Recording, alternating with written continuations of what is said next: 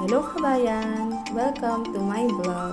And this is your real estate agent Mamshi Hayes Valerio.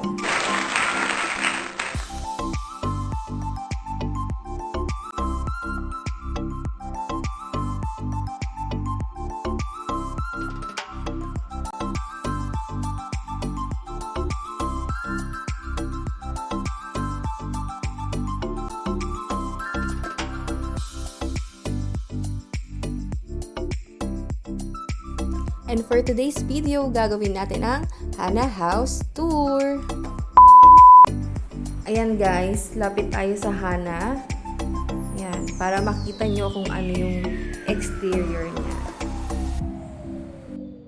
By the way, shout out po sa ating mga OFW viewers or future home buyers na gustong magkaroon ng modern house unit. Ayan, so si Hana po ay isang 2-story quadruplex.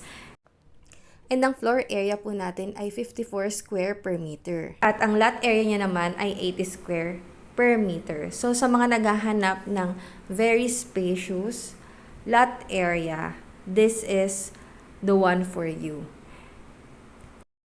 And by the way guys, Hana is inside Minami Residences, which is a Japanese-inspired community. So, kita nyo naman, very modern and Asian ang design ng ating Hana quadruplex. And let's go inside our Hana quadruplex. So, ayan, pagpasok natin, maaliwalas po ang ating unit. And this one is our window pagka-turnover po sa atin. Ito naman po ang ating magiging lanay area. And this is the sliding door. So, ito po talaga yung magiging actual na itsura ng ating sliding door after the turnover. So, yung lanay area po natin, it goes to our car garage also. So, ayan po. So, 2 po ang ating magiging car na pwedeng i-park po dito.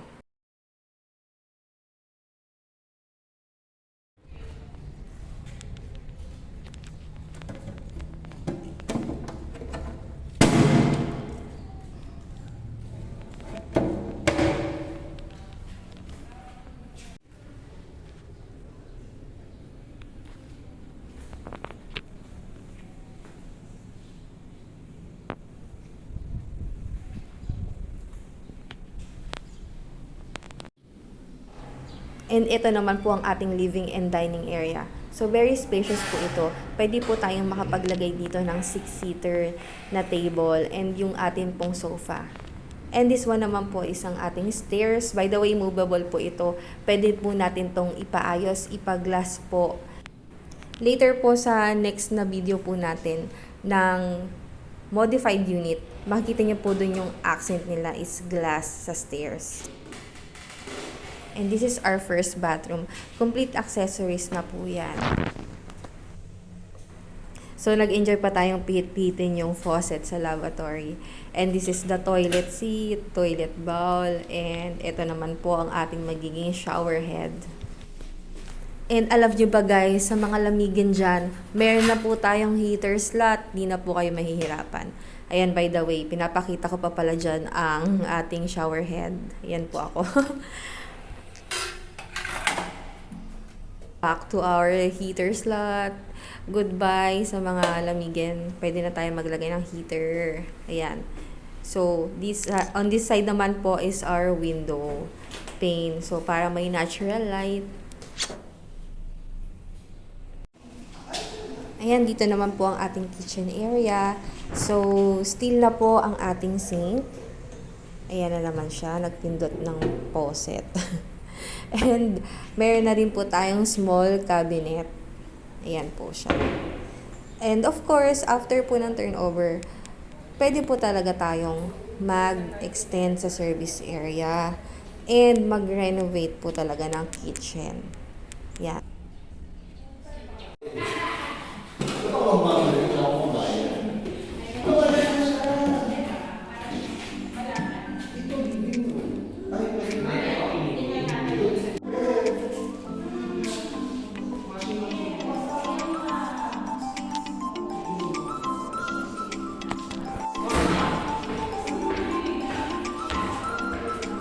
So, ito po ang ating first bedroom. By the way, 3 po ang ating bedrooms dito. So, good po talaga ito for families, lalo na po sa may mga kids. Ayan, so meron na po tayong window dito at meron na po nakaabang na AC slab. Ayan, dito naman po tayo sa ating second bedroom. So, okay na rin po ang turnover niya. Meron na po talaga tayong white finish paint.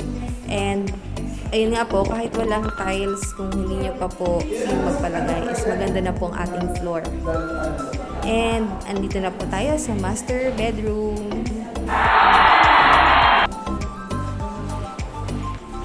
So, ayan guys. This is not your usual window. Diba? Ang ganda niya. So, ang ganda talaga nito every morning. Imagine yourself inside our master bedroom. Wow!